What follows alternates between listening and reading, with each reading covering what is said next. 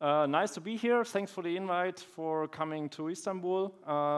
As it was already said, and I'm already lost my mouse, so who am I? I'm Fahlandt. I work for Kubermatic.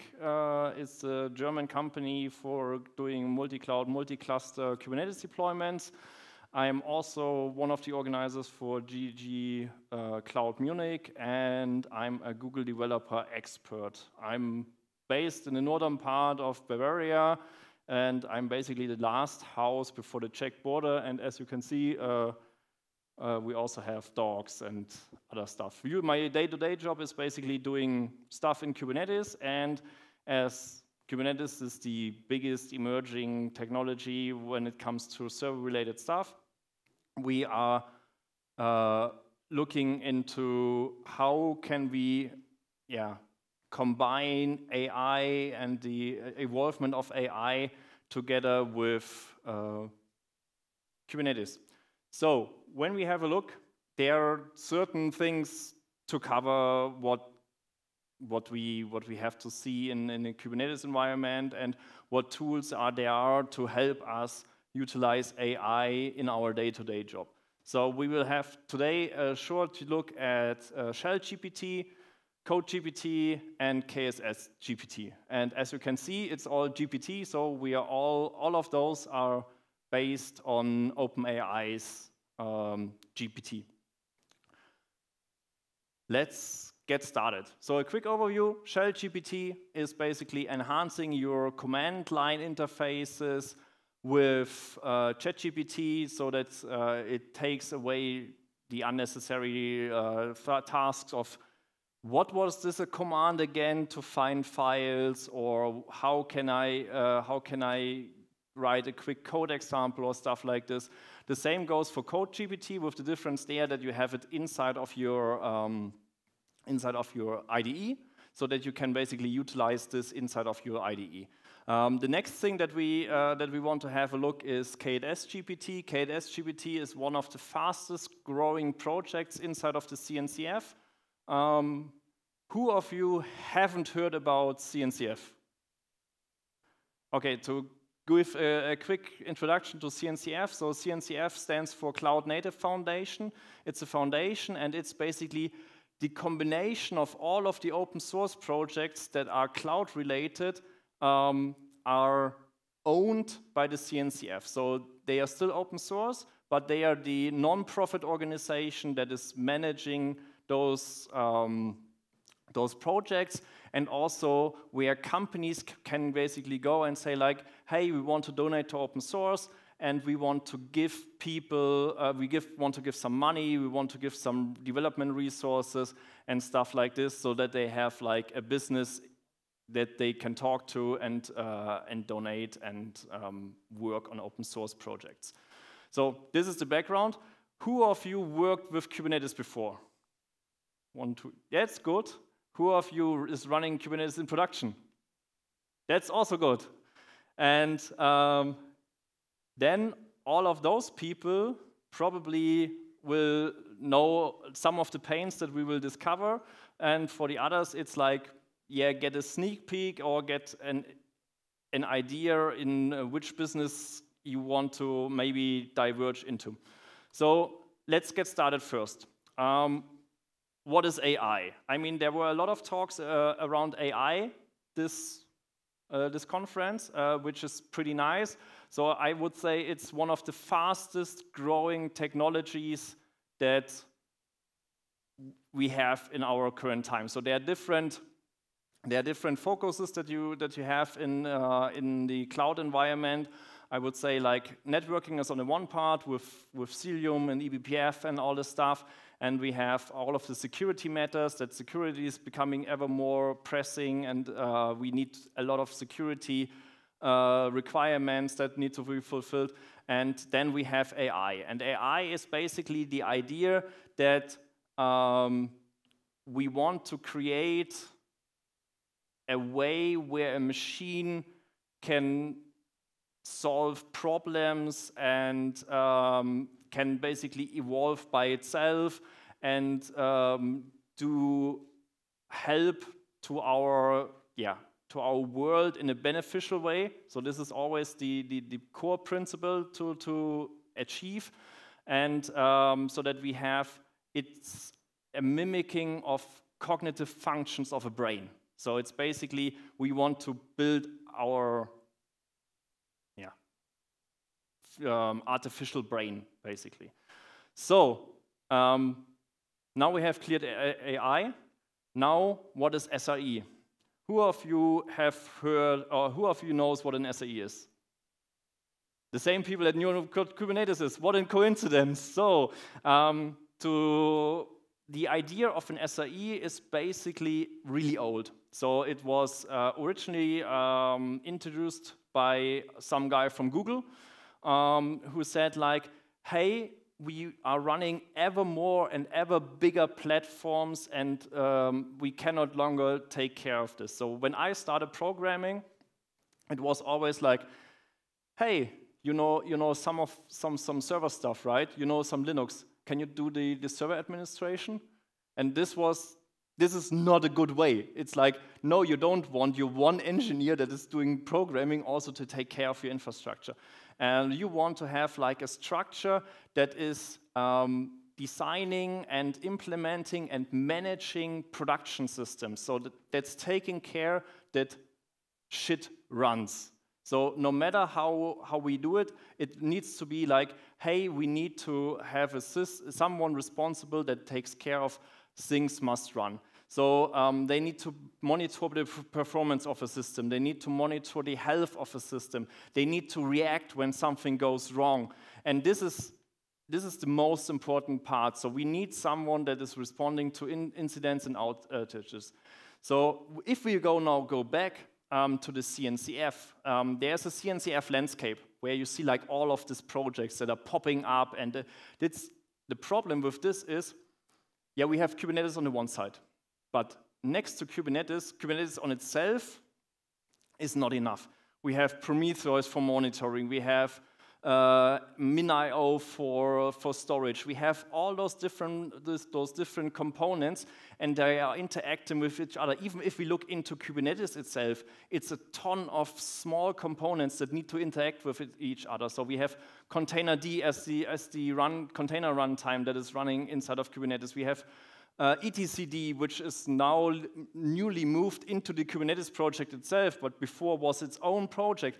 So we need basically to know all of this stuff, and this is a real challenge, because if you go into like being an SRE, you need to somewhat understand all of those different programs and all of those different components, and this is a real challenge, because I can't keep up. That's too much. It's like, K8s GPT is the newest project, but in the meantime, Cilium graduated to a graduate project. We have new sandbox projects onboarded. It's 148 projects inside of the CNCF, and we are not including all of the Linux stuff that is around there as well. So we need something that helps us to debug our environment and to work with our environment. So how can AI be used in SRE? And this is the most important part. So where can we use AI to make our job easier? So the focus of AI should be not for the critical parts, but for the repetitive tasks. Like, hey, I need an automation task that checks my environment if something goes wrong. I need something that is constantly monitoring my system. I need something that predicts a failure. So if we look at large development cycles, so we have development teams on the one side, and then we have our SRE teams on the other side. And then it's like the developers write something and say like, yeah, it runs on my machine. Yeah, runs on my machine is not like runs in the cloud, runs in the server and stuff like this. And they can maybe build a failure inside of the program that you put into your clusters, and then crash your clusters. So AI can help to prevent people that have not so deep understanding of the infrastructure to warn them, hey, this might break a cluster. Have you thought about this? And AI can also help like preventing this by enforcing policies, like say like, hey, You can't do this. This is forbidden. And this is the most important thing. And it can help you for improving your decision making. Like, this is what I do on a regular basis. And to be honest, I don't code as much as I wanted to, because I am now stuck in the middle management hell. So not much programming is being done. However, if I get to the chance to program something or to debug something, I can ask the AI for a second opinion. And that's also like, okay, or get a thought idea what can be achieved.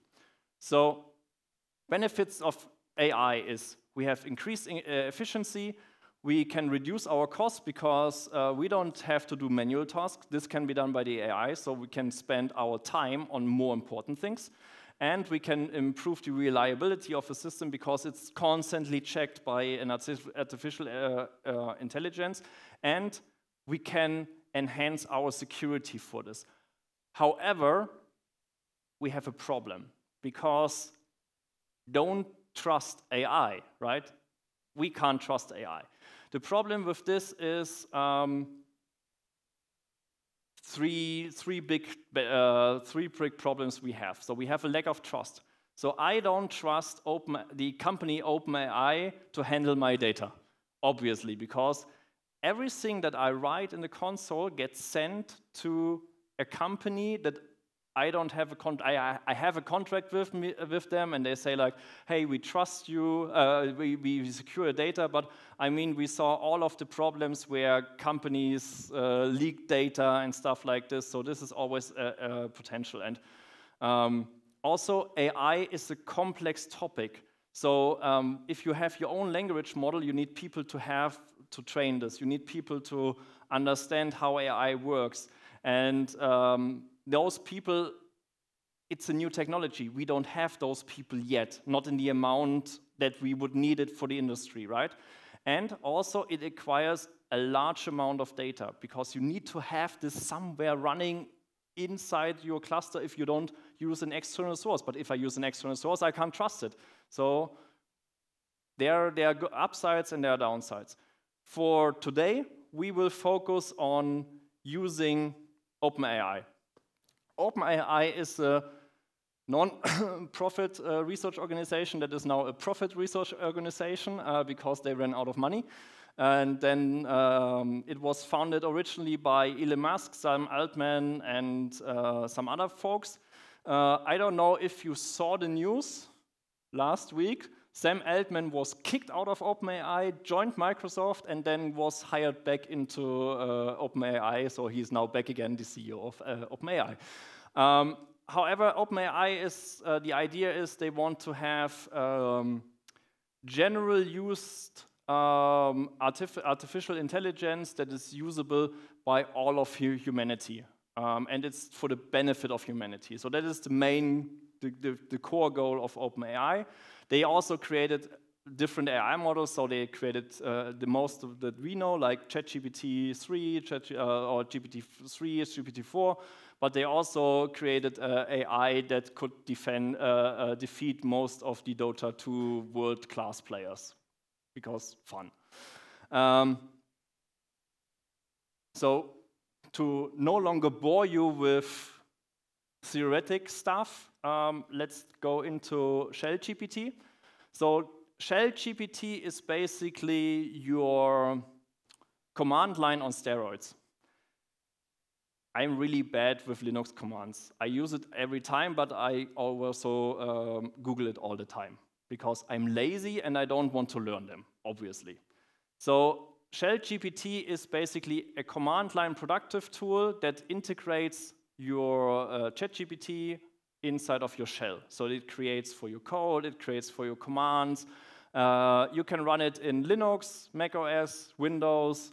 It has an integration for PowerShell, for Command, for Bash, for ZSH, for Fish, and for many other tools.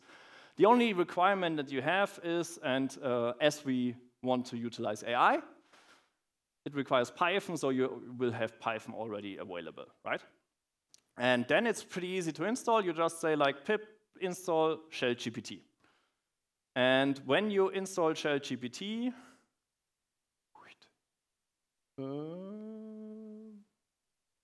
you have it then inside of your shell. And the good thing is now that I didn't mirror my screen, so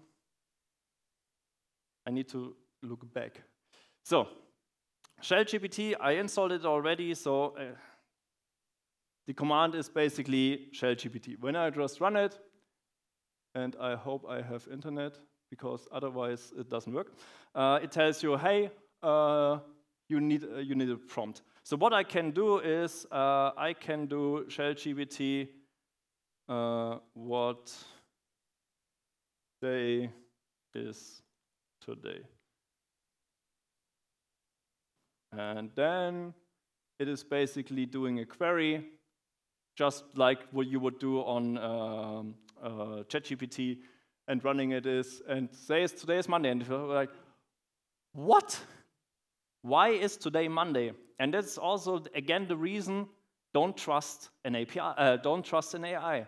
The reason why that is this is using 3.5 of OpenAI's GPT. So, and 3.5 don't have the capability to ask the internet. So it does not know, this is basically the snapshot when this model was created. So it does not know that today is not Monday. This is the information that we have.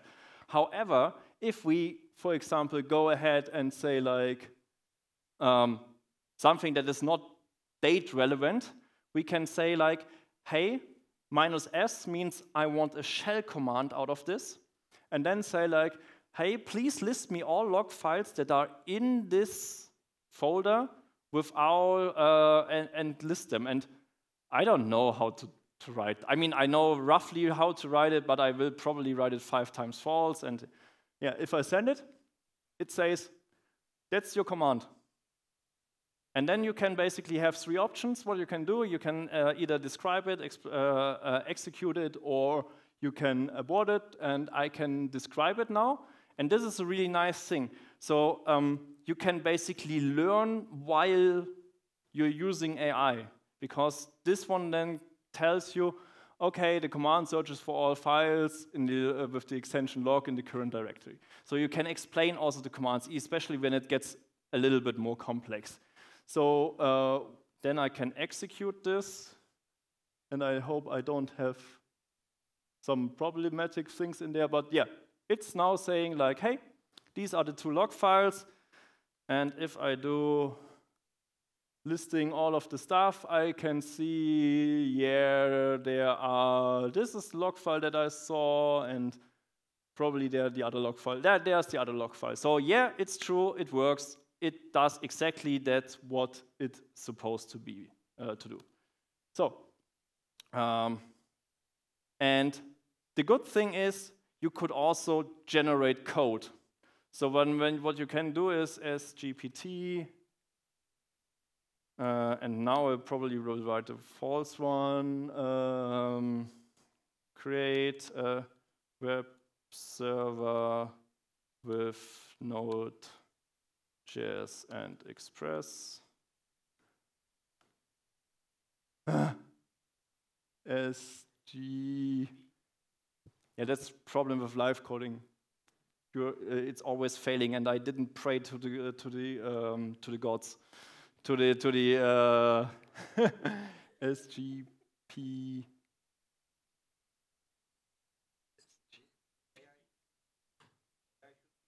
Yeah, the typo isn't important. So, and now it's basically writing the code for creating a web server that you can then just run. I don't need, because this is something that I don't want to learn how to write it, because that's basic stuff. I learned this 20 years ago. Not 20 years ago, but 10 years ago.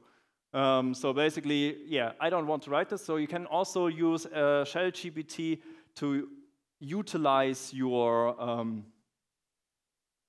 learning and your coding. However, it's in a shell. And I know there are some people that say like, hey, VI is great, and I only do programming in VI, but let's be honest, I'm not from this generation. I'm an IDE guy. So let's move on to a more, let's say, better integration, which is CodeGPT. CodeGPT is,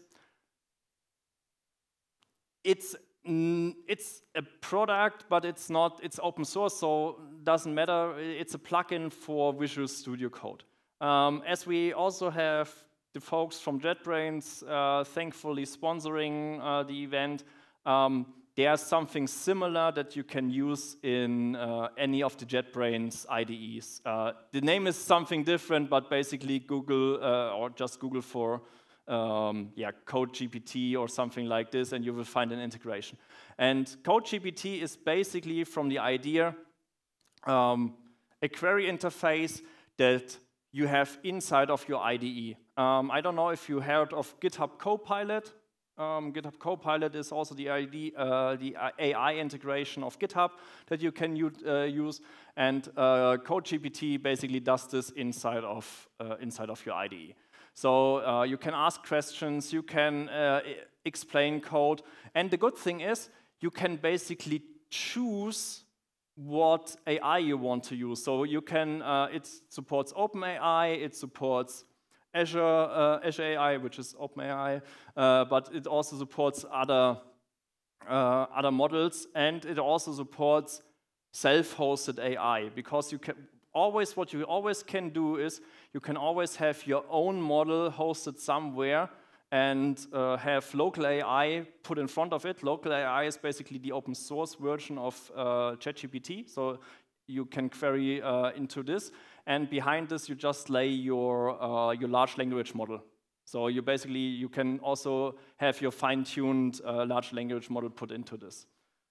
And the easiest way how to get this is on docs.codegpt.co, and how this is looking like is you have, if you have it integrated inside of your IDE, you have then a new button, which is this CodeGPT chat, which basically builds in a chat. And you might be wondering, like, okay, you're talking about, yeah, you have your shell talking to OpenAI, you have your CodeGPT talking to OpenAI. How do I actually implement this? So you can use the free API of ChatGPT, but you probably don't get an answer because it's always too much load onto it. You can buy fixed quotas for the API. So you can say like, hey, I load $50 onto my account in OpenAI, then you get an API key, put this in, and then you basically pay per request. I did a workshop with this in Hamburg this year with 25 people in it, and we didn't spend 50 cents. And it was a 4-hour workshop, and they were constantly querying it. So the pricing is very reasonable. If you want to avoid this completely, you go the way how I described it before. Have a cluster, put LLAMA or LLAMA2 inside of it, put local GPT in front of it, and then run your own model locally. The good thing is the model itself is open source, so you can just download it and have to run it somewhere. That's the benefit. So, what can CodeGPT now do? So I wrote here a comment, and now that because I always do it wrong. And now I just mark it, and what it's now doing, it basically says it generates code or based on the comment that I made. So I can now say like, hey, create a broken deployment, and then it basically gives me all of the commands how I create a broken deployment for a Kubernetes cluster. And we need a broken deployment because we need a broken Kubernetes cluster in the next example. But that's not all. So you can also go ahead and say like, I want to explain code. So we have the same example again. Come on.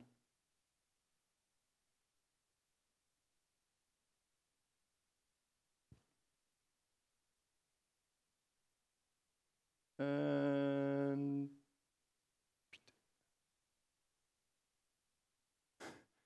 okay, I crashed it. That's nice.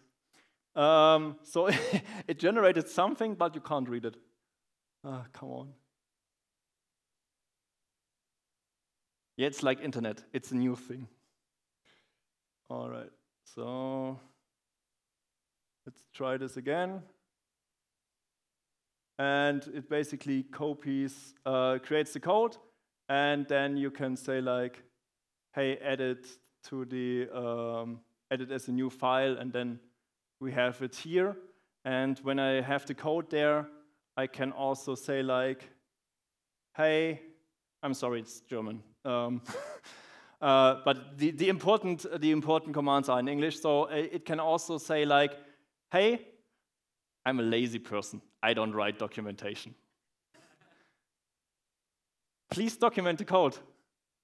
And then it's starting the output to create like a documentation for each of the line that is happening. So this is also, so the nasty parts are being done by the AI. This is great. So I don't have to deal with the nasty parts.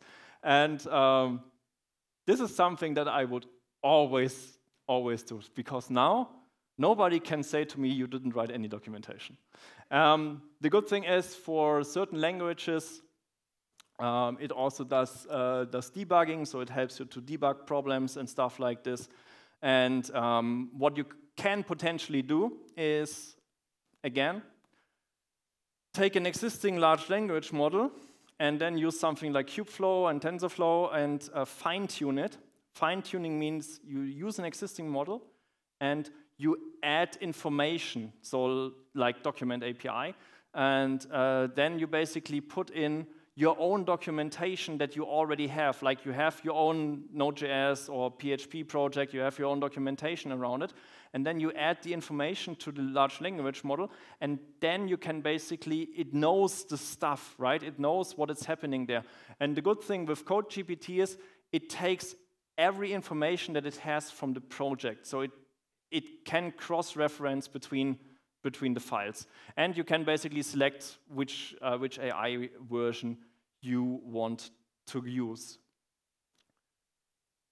And you can ask it to ask Stack Overflow for you. So if you're too lazy to write your question into Stack Overflow, it just does this for you as well. Don't do this. But the good thing is you can compare. So you can compare what is the Stack Overflow answer and what is an AI answer, and then see like which has more value or what works better. And now we go to the last one, which is basically the core idea why we are here. So this is, everything is like, yeah, it's easing tools up, but this is K8s GPT. K8s GPT is an official sandbox project, so status sandbox in the CNCF. And it was developed to generate Kubernetes commands and to troubleshoot Kubernetes clusters. It also generates human-readable explanations and steps to debug everything that is inside of your cluster. So there are some errors in Kubernetes clusters that are, let's put it in a nice way, they don't say anything. It's like, yeah, something fails. Thank you. Thank you for the real good information that something has failed.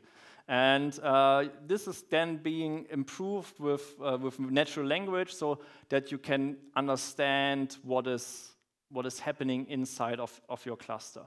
And how this looks like is, and we need to go back to a shell again. And I created KDS GPT. So there are two ways to install it. One way is you install it inside of your laptop, inside of your shell. Then you need a kubeconfig to query the cluster.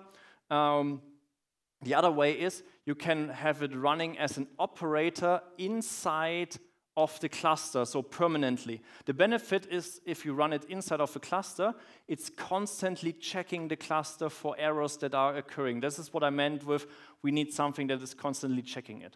So, caps lock? Oh, thank you, caps lock. But I mean, this should work. And basically, it gives you already a list of commands, and what we can do is analyze. And this basically goes inside of your cluster and searches for problems. Problems that are in my cluster. And the good thing is that I can then just say explain. And I forget a space because I can't type. And then it tells you what steps can you take to solve the issue. So what is a good way to debug those issues? And this is the most beneficial part of it. And you don't need to configure anything. I mean, the only thing that you need to have to enter is like a key, like for ChatGPT, or if you run it inside of your own cluster. And that's it. That's the good thing. It doesn't do more. So it just helps you to understand problems inside of a cluster and works with it. So that's basically KDS GPT, because it's not more. It's just, I mean, there are some commands to filter that is only analyzing pods if you have a ton of errors, but yeah, that's it. So what we now want to have a look quickly is prompt engineering, because prompt engineering is the critical part. How I phrase my questions to the AI. For example, giving context. So if I start with a question and say like, hey, I am a Kubernetes engineer, then the AI will react differently or imagine the AI is a Kubernetes engineer. Then you get different answers than you would get from just asking the question. And this is what was built into KDS GPT. The prompts that are sent to there are predefined, so they add like context to it, so that the AI already have some background knowledge. And that's the good thing. Also, rephrase your questions. And you can use, AI is built in multiple things, like Bard and Duet AI are part of Google Docs and Google Sheets and Google Presentations and stuff like this. So we can use a lot of different AIs that are available. The last thing that we want to quickly cover is what is next for AI. So Duet AI will arrive soon from Google. So it is already in the Google Shell. So you already have an AI agent inside of Google Shell. There are more and more AI tools to come. And I think the next big thing is an easier way to fine-tune large language models, because general AI is nice, but I want an AI that understands my documents. And I think this is the next bigger thing that you have, that you're not reliant on foreign companies where your data is not secure because you don't know. So the next thing is, how do I run it locally? And with this, I'm happy to take any questions, if there are some.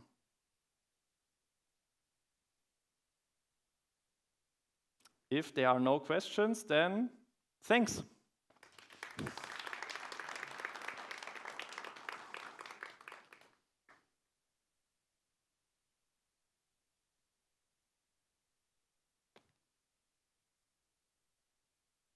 Yeah.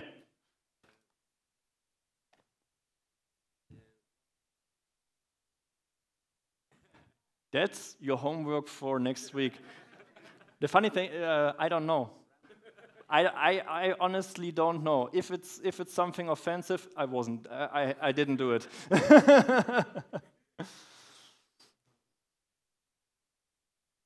All right, then I wish, yeah, sorry. No, I haven't used it yet.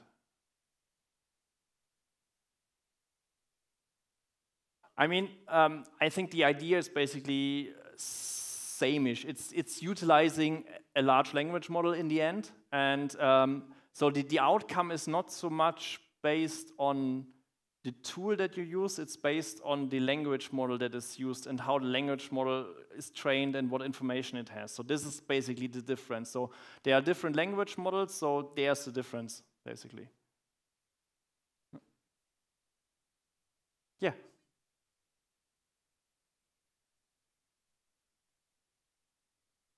No, it needs to send it. Exactly, but what you can do, it has a local AI integration.